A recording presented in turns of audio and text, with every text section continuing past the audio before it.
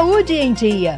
Informação que transforma a sua rotina, dicas de saúde, bem-estar e qualidade de vida. Você já parou para pensar se essa ansiedade que sente é normal ou já passou do ponto? Muita gente convive há tanto tempo que nem percebe mais, vai empurrando com a barriga e acaba achando que é normal, que é assim mesmo, mas não é. Eu sou Osiele Ferreira e te convido a pegar carona comigo no nosso quadro Saúde em Dia, um espaço para a gente falar de saúde, bem-estar e qualidade de vida de um jeito leve, prático e acessível. Hoje a nossa conversa é sobre saúde mental, quando a ansiedade deixa de ser algo comum e vira transtorno. E para nos ajudar a entender melhor esse assunto, eu recebo aqui a psicóloga Nara Azevedo, especialista em terapia cognitivo-comportamental e saúde mental, com mais de 11 anos de experiência. Nara, seja bem-vinda ao nosso espaço Saúde em Dia. Obrigada, Osiele, pelo convite, e para mim é sempre uma honra poder contribuir com a sociedade. Nós estamos com esse quadro aqui faz um pouquinho de tempo, que é justamente para a gente trazer esses assuntos que fazem parte do nosso dia a dia, mas que muitas vezes eles não vêm para a roda de conversa. Então, a gente vai começar falando de uma questão que muitas vezes é uma dúvida comum, a diferença entre aquela ansiedade normal que a gente sente no dia a dia e o transtorno da ansiedade. Então, ansiedade todos nós temos, como você acabou de falar, e o transtorno de ansiedade é quando a nossa vida passa a ter transtornos, ter algumas situações de dificuldade. Exemplo, eu não consigo dormir bem, eu tenho um sono onde eu acordo várias vezes na noite, tenho dificuldade de novamente pegar no sono. Tensão muscular, dores de cabeça, uma sensação que sempre vai acontecer algo de ruim, os pensamentos muito acelerados, muito apreensiva, uma preocupação excessiva onde eu não consigo controlar as minhas preocupações, uma irritabilidade. Então são muitos fatores que me levam a ter um transtorno de ansiedade. São muitos sintomas. E você falou ali de dores, de pensamentos acelerados, enfim. Tem muita gente que não para se perceber, para se observar. No dia a dia, como essa pessoa pode fazer para prestar atenção melhor em tudo que ela sente, para ela poder identificar que não é uma ansiedade comum, natural do dia a dia, e sim já está se tornando um transtorno? Na realidade, existe dois tipos de pessoas. Tem aquelas que já perceberam, mas elas querem colocar esse problema debaixo do tapete, não admite, não aceita. E tem aquelas pessoas que realmente não se perceberam. Elas não se perceberam. Mas aí o que acontece? A autoobservação. Eu sempre falo que a autoobservação, o autoconhecimento, ele é uma porta aberta, aonde eu vou fazer vários ajustes na minha vida, nas minhas escolhas, na minha saúde. Então, quando eu começo a me perceber, eu começo a fazer alguns comparativos. Outrora, eu fazia isso tranquilo, hoje eu não consigo mais fazer. O que está acontecendo? Outrora, eu conseguia, alguém me dava comando para me realizar algo e eu conseguia, e hoje eu não consigo, eu travo, eu procrastino. Então, você começa a perceber como antes você executava alguma atividade, como antes você vivia com a sua família e era tranquilo, e hoje está assim meio um desconforto emocional. Então você tem pessoas que começam a chorar do nada. Então chega no consultório e fala assim, eu não sei por que o médico me encaminhou para cá.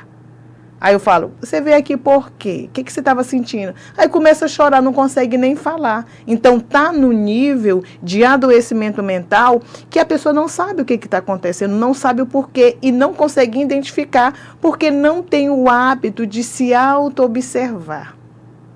E aí é onde que está o pulo do gato. A gente que trabalha com saúde mental, trabalha com comportamento, eu consigo ter essa minha autoobservação. Então, assim, se eu amanheço, eu estou assim com aquele desconforto, estou sentindo algo que não é do meu cotidiano, uma dor de cabeça, alguma coisa, eu falo, tem alguma coisa errada. Isso aqui não é a minha rotina, não é o meu cotidiano. O que está acontecendo? Será que aconteceu alguma coisa e me afetou? Então, eu começo já a procurar fazer algo para resolver aquela situação. Mas tem aquelas pessoas que já sabem que vivem assim e acham normal, e tem aquelas que não conseguem se perceber. A vida, elas vivem no piloto automático, muito mecanicamente. Uhum. E aí elas acreditam, não, isso é normal, sempre foi assim, e vivi assim, e vai continuar assim. Mas eu sempre falo que nós nascemos para viver vida plena, feliz, leve com a família, leve no trabalho, leve nas relações, uma vida leve. E aí muitas pessoas já estão no piloto automático, acostumadas a viver essa vida devastada por dentro, que acha que é normal. E acaba normalizando. Normalizando. Achando que é natural da vida. Natural, e não é. E aí, tudo isso vai acarretar em sintomas, como você já mencionou aqui, de dores, de cansaço.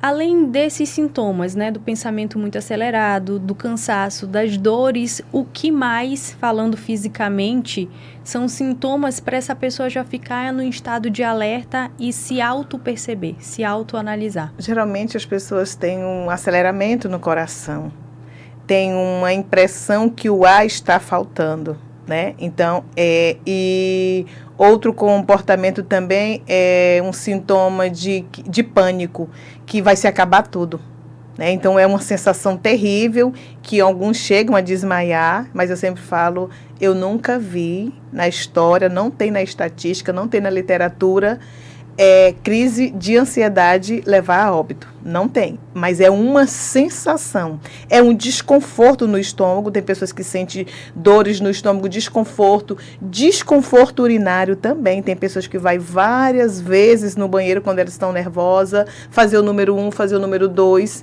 porque há um desarranjo.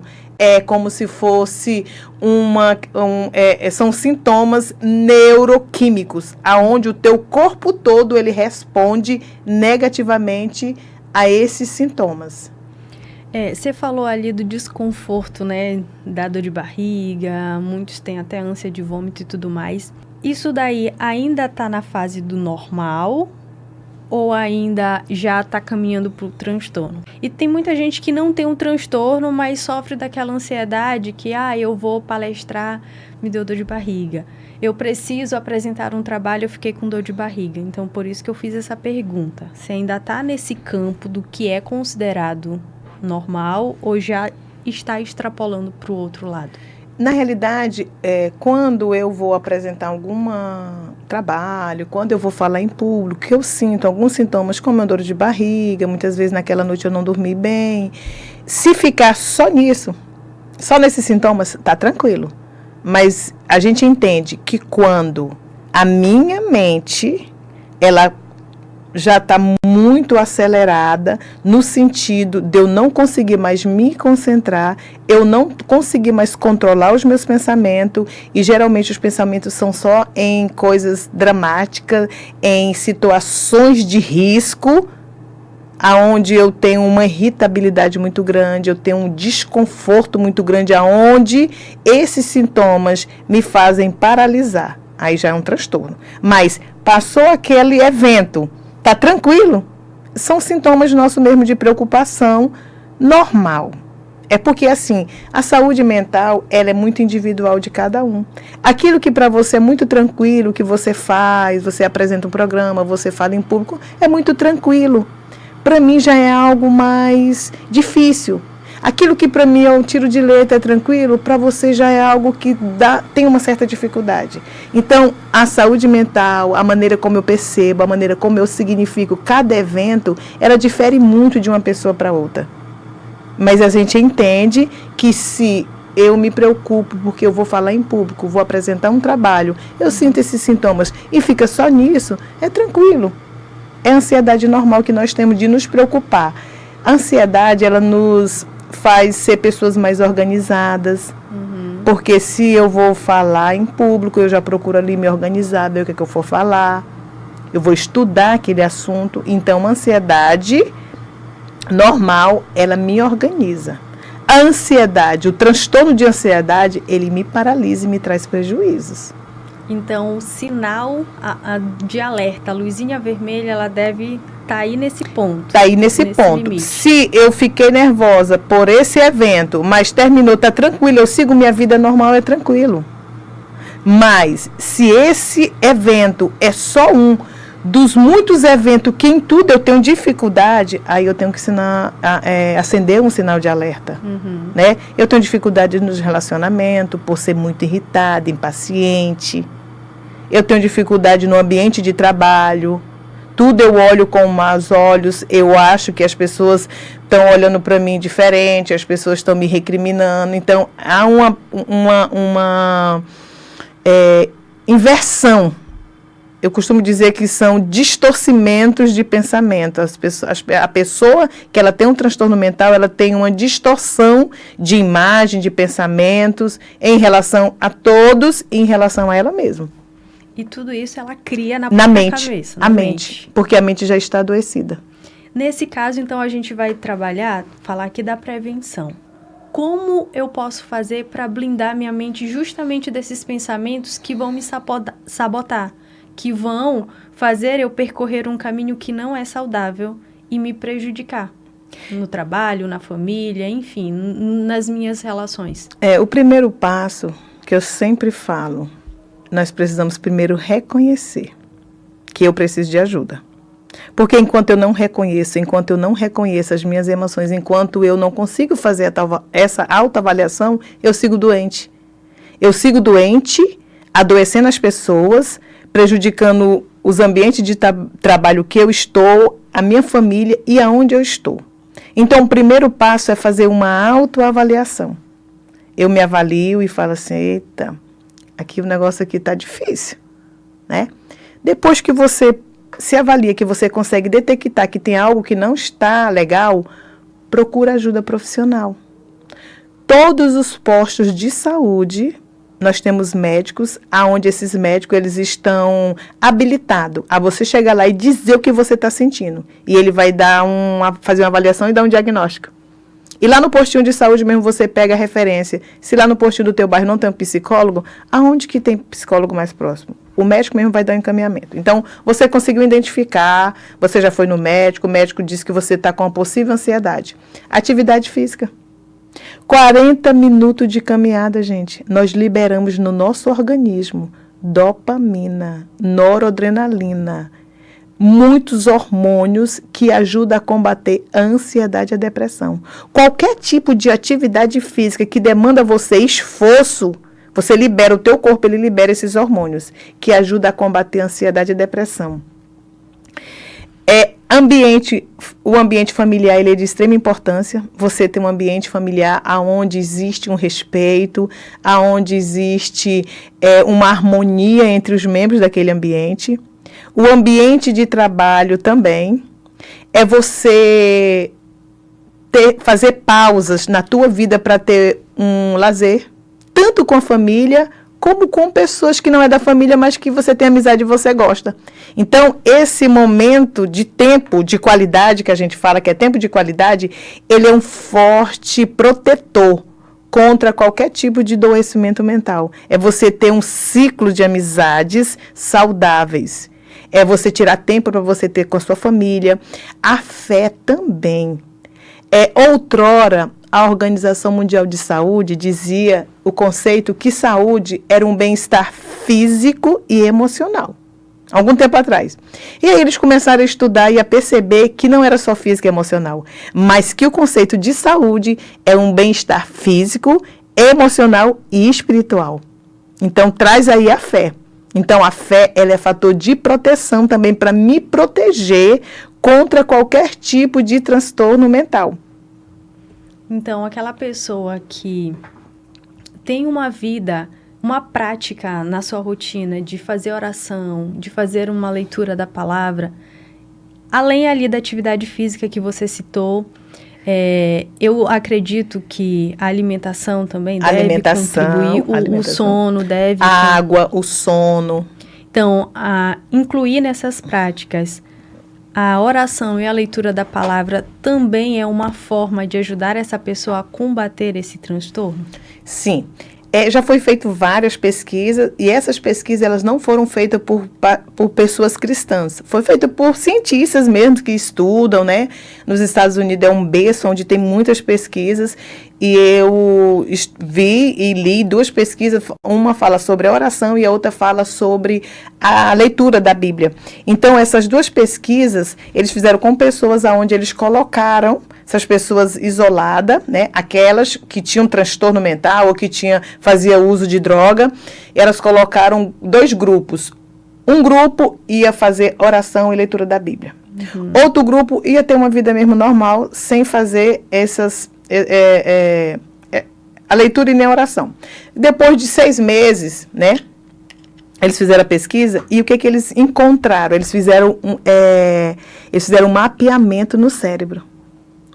Através desse mapeamento, eles descobriram que aquelas pessoas que faziam oração e que liam a Bíblia, um neurotransmissor aonde a pessoa sente segurança e não pânico, foi fortalecido mais com a leitura da Bíblia e a oração. Ou seja, aquela pessoa, ela ficou mais calma. Através da leitura e da oração, ela se sentiu segura. É como se ela entendesse que tinha alguém superior a ela que estava ali dando suporte. E um sentimento de segurança. Então, aquelas pessoas, houve uma melhora no quadro clínico bem maior do que aquelas que não fizeram oração e nem leitura da palavra. Que pesquisa maravilhosa. E essa pesquisa, ela fala ali da regularidade, da frequência? Sim, diário. Diário. É como se aquela pessoa, tipo assim, até porque a gente entende, a psicologia entende que o transtorno mental, ele fica muito difícil de ser tratado quando a pessoa não reconhece e ela esconde. Então, ele vai se agravando. A partir do momento que eu abro minha boca, que eu relato o que eu estou sentindo, já dá um alívio. É uma sensação de que eu não estou só e tem alguém que está do meu lado, que eu estou me sentindo segura, que tem ali um acolhimento. Então, essa sensação. Então, quando você ora, você está dizendo para alguém que você está com dificuldade, mas tem alguém te ouvindo. E o cérebro, ele entende que esse alguém pode te ajudar. Que maravilha. Agora a gente vai falar com aquelas pessoas que já estão aí vivenciando o transtorno. Como que a gente, além da terapia, como ajudar? O que fazer para ajudar ainda mais essa pessoa que já vive ali o transtorno da ansiedade no seu dia a dia? Eu acredito que a primeira ajuda é o não julgamento. Muitas pessoas escondem e não conseguem ter uma evolução no tratamento porque são cercadas de pessoas que julgam muito, principalmente a família. A gente recebe adolescentes onde eles falam que os pais mudaram um pouco de confrontar e dizer que eles estavam com frescura depois que eles tiveram algumas crises na escola. E a escola pegou, chamou esse pai e falou, olha, o teu filho está com problema. Aí deu uma amenizada na falta de respeito. Então, assim, como que eu posso ajudar? Menos julgamento e mais acolhimento. Muitas vezes a pessoa está querendo conversar contigo, ela está querendo falar. Mas aí quando ela chega, tu trata ela assim, então, mas tu está sentindo isso, mas por quê? Tu é tão bonita, tu é tão nova, tu é crente. E aí a pessoa já se fecha. Mas se ela chega para conversar contigo e tu fica só ouvindo, ouve e fala assim, olha, eu não sei muitas vezes nem o que fazer, mas vamos procurar ajuda? Eu posso te ajudar. Se você veio comigo é porque você confia em mim. Então, vamos procurar ajuda? Então, a primeira coisa é você dar escuta, sem julgamento. E procura ajuda. Conversa com ela, você me autoriza eu conversar com alguém que tem essa informação? Porque se a pessoa te procurou é porque ela confiou em você. Você é um fator de proteção para ela. Então, está ali na tua responsabilidade, não julgar. Por mais que dentro de você está cheio de interrogação. Ai, meu Deus do céu, eu não acredito. Mas não demonstra. Porque para muitas pessoas que não têm costume, se espanta, fica apavorado. A gente no consultório, quando o paciente chega, eu não tenho dificuldade de perguntar, você já pensou em se matar? É uma pergunta normal. Como eu faço aquela pergunta normal, ele responde também normal. Se ele já tentou, ele fala, ele não tem dificuldade de falar, e se não, também ele fala. Porque é um ambiente onde você deixou o paciente à vontade. Então, ele sente uma segurança ali. Então, um dos fatores de proteção é você acolher essa demanda sem julgamento. É a primeira coisa. E você construir esse ambiente acolhedor. É você dar voz a essa pessoa. Dizer que você está ali, que você pode ajudar. As famílias, elas precisam ter momentos saudáveis. As famílias, né? O ambiente, infelizmente, mas depois de 11 anos no pronto atendimento, eu tenho percebido, não sei eu, mas todas as colegas, que o adoecimento está dentro da família.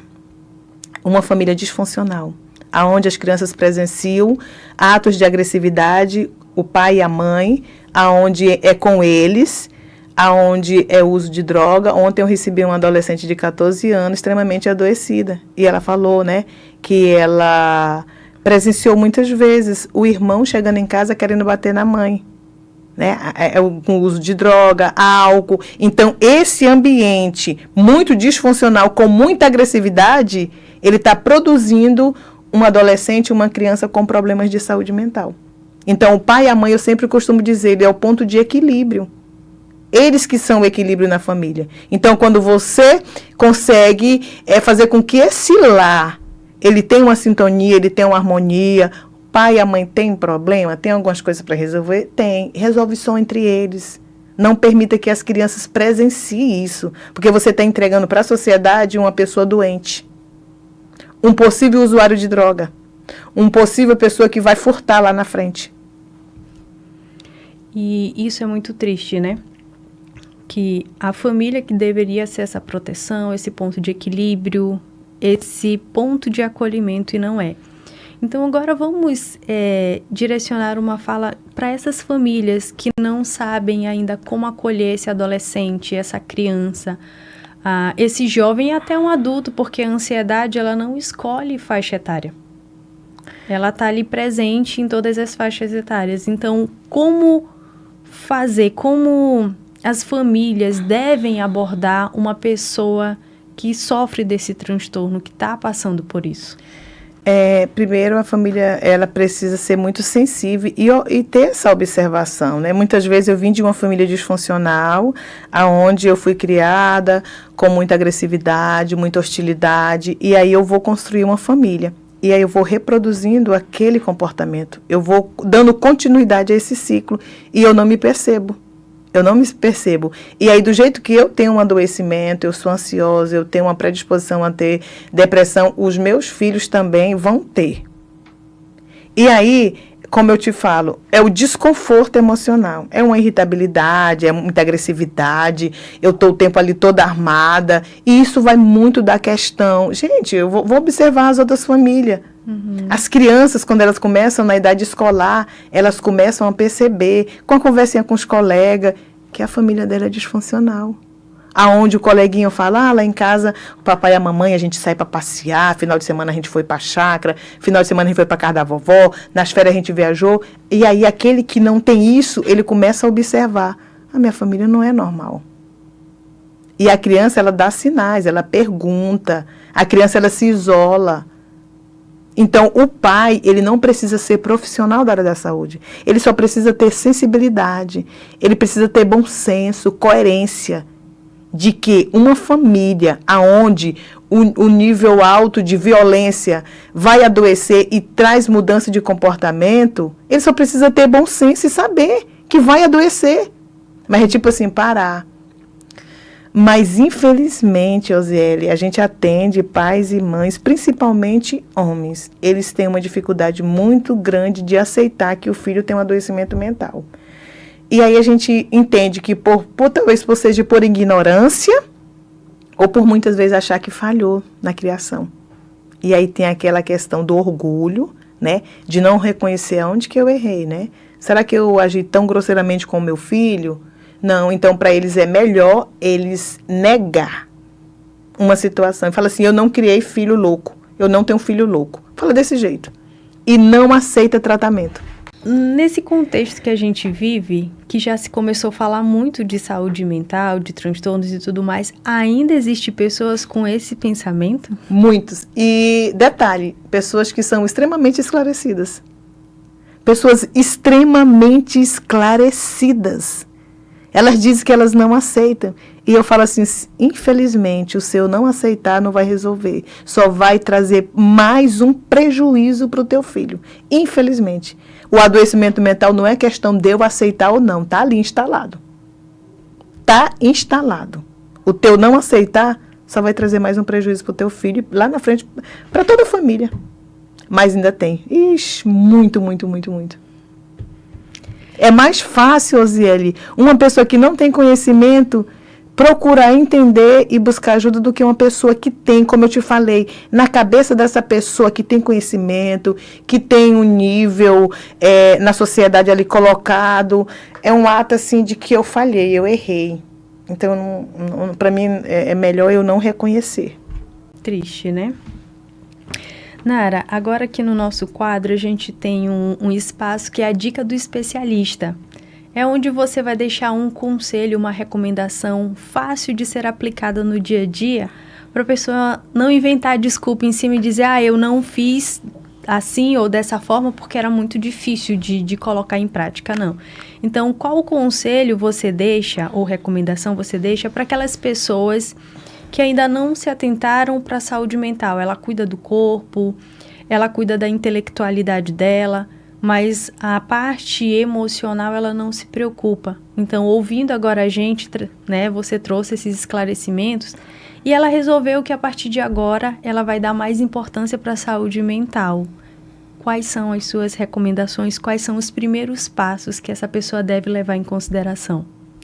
Primeiramente, ela precisa entender que a saúde mental dela é a bússola da vida dela. A nossa saúde mental, ela é o elo de ligação com todo mundo, com a sociedade, com as pessoas, com a minha família. Então, se eu não estou bem emocionalmente, as outras áreas da minha vida são afetadas. Então, você precisa olhar para dentro de você e perceber, eu preciso cuidar de mim, autocuidado. Eu preciso ter tempo para mim. Eu vou tirar um tempinho, meia hora para mim fazer uma caminhada. Eu vou cuidar da minha alimentação. Uma vez na semana, aquelas mulheres, homens que são casados, uma vez na semana eu preciso sair com meu esposo. Uma vez na semana eu preciso ter um contato com a minha família. Nós, todo mundo junto, vamos num garapé, final de semana, tomar banho. Gente, coisas simples da vida. É você levar as crianças no parquinho para brincar e ficar conversando com o esposo, enquanto as crianças ficam pulando, brincando, correndo, e você fica conversando com o esposo. Os jovens, uma atividade física, ter momentos de lazer com outros dos iguais deles, aonde falam a mesma língua, ter esse momento de lazer. É você diminuir a sobrecarga de trabalho.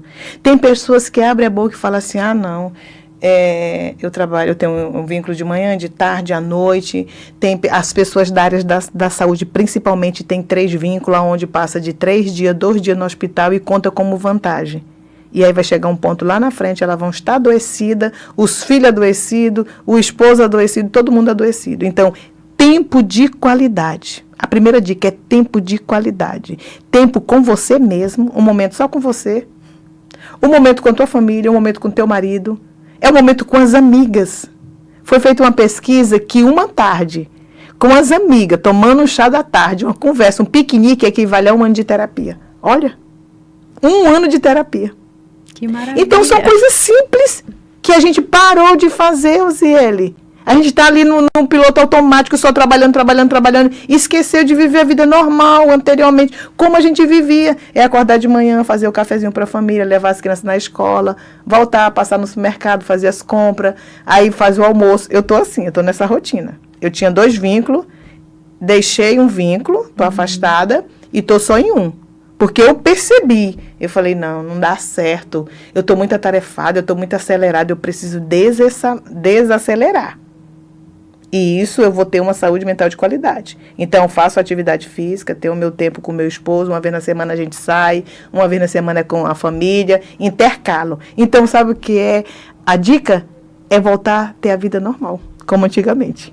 como nossos pais, nossos avós tinham tempo, um pouquinho de tempo para si, para a família, para as pessoas que você gosta.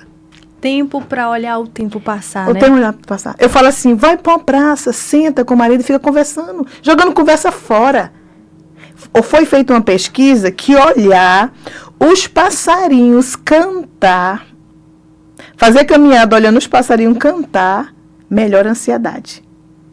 Aí lá na Bíblia tem um versículo que fala assim, que nós precisamos observar os passarinhos que não fazem nada e Deus cuida deles. Que eles estão ali cantando e foi feita uma pesquisa que olhar os passarinhos diminui a ansiedade.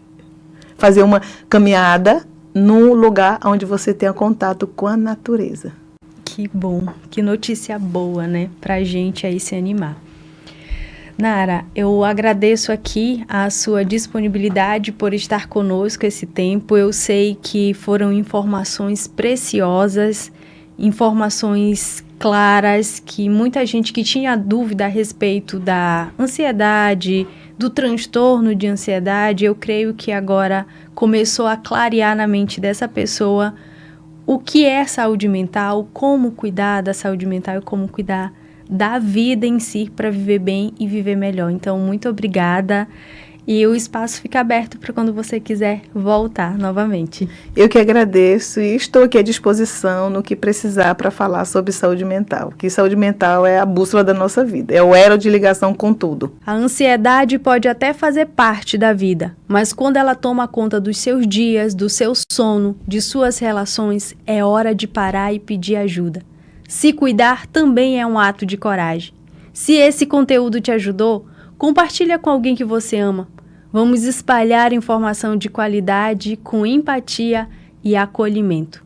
Semana que vem tem mais Saúde em Dia. Até lá e cuide bem de você.